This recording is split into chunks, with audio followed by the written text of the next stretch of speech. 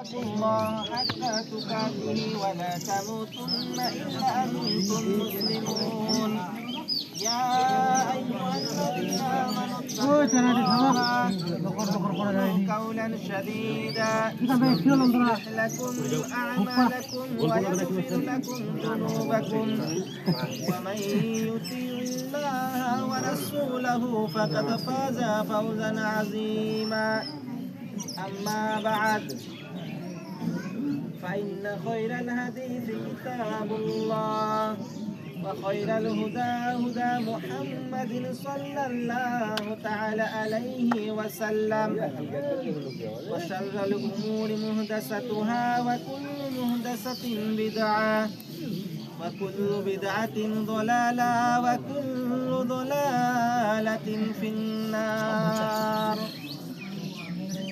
أعوذ بالله من الشيطان الرجيم. بسم الله الرحمن الرحيم. يا أيها الذين آمنوا كتب عليكم الصيام كما كتب على الذين من قبلكم لعلكم تتقون.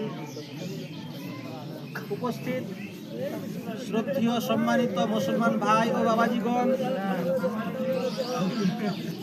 সমস্ত প্রশংসা আল্লাহ পাক রব্বুল আলামিনের জন্য, যে আল্লাহ পাক রব্বুল আলামিন আজকে পবিত্র ঈদুল ফিতরের দিনে আমাদেরকে এই ফাঁকা ময়দানে এসে 2 রাকাত সালাত আদায় করার তৌফিক দান করেছেন।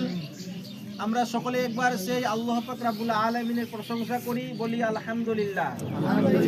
তারপরে পরে সারা বিশ্বের নেতা, বিশ্বের গুরু, আকে নামদার তাজদারে মাদানী, নবী কুলের শিরোমণি, নবী মাক্কি, নবী মাদানী, আহমদ মুজতবা, মুহাম্মদ মুস্তাফা, সকলে পড়ুন সাল্লাল্লাহু আলাইহি ওয়াসাল্লাম।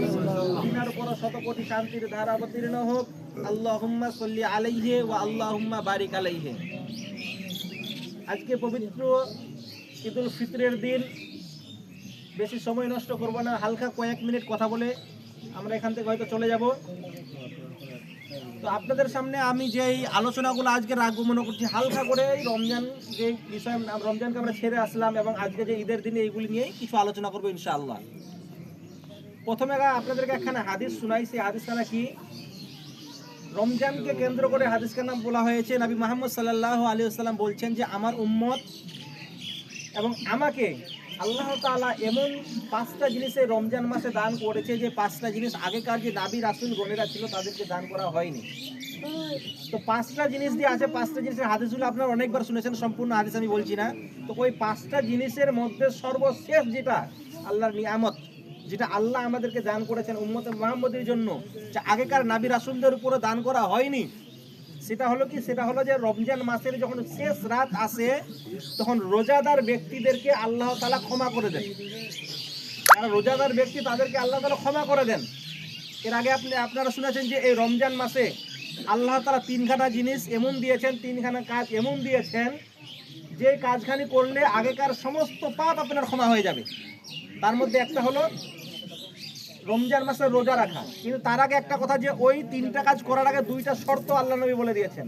একটা হলো আপনাকে ইমানি হালাতে হতে হবে, ইমানি অবস্থায় হতে হবে, এবং 2 নম্বর শর্ত হলো যে আপনাকে নেকির আশা রাখতে হবে, যে আল্লাহর পরে বিশ্বাস রেখে আল্লাহ আপনাকে এর মাধ্যমে নেকি দিবেন, এই আশা আপনাকে রাখতে হবে।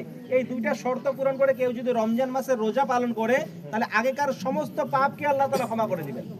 2 নম্বরে কি? যে এই রমজান মাসে যদি ওই নেকির আশায় ইমানের হালাতে যদি রাতের সলাতে দাঁড়ায়, তারাবি নামাজ পড়ে, তাহলে আগেকার সমস্ত পাপ ক্ষমা করে দিবেন। এমনকি কেউ যদি ওই 2টা শর্ত পূরণ করে লাইলাতুল কদরের রাত জাগরণ করে, একটু আওয়াজটা বন্ধ করবেন, একটু 2-4টা মাত্র কথা বলবো, একটু চুপচাপ শুনবেন। তো কেউ যদি ইমানি অবস্থায় নেকির আশায় যদি লাইলাতুল কদরের রাত ইবাদত বান্দেগি করে জাগরণ করে, তাহলে আগেকার সমস্ত পাপ কি আল্লাহ তাআলা ক্ষমা করে দিবেন। তাহলে বোঝা গেল যে এই যে মাস আমরা বিগত রেখে আসলাম, এই মাসটাতে এমন কিছু আমাদের সুযোগ ছিল, যে এই সুযোগের মাধ্যমে আমাদের আগেকার যত পাপ ছিল সমস্ত পাপকে আমরা ক্ষমা করে নিতে পারতাম। এমনকি আরো একটা হাদিসের মধ্যে আছে, নবী মুহাম্মদ সাল্লাল্লাহু আলাইহি ওয়াসাল্লাম একদিন মসজিদে, এই যে আজকে যে আপনাদের সামনে যে মেম্বার নিয়ে আসা হয়, যদিও এখানে আনা ওটা ঠিক হয়নি, তো এইরকম একটা মেম্বারে আল্লাহ নবী চোর ছিলেন। প্রথম নম্বর ধাপটিতে চোর ছিলেন এবং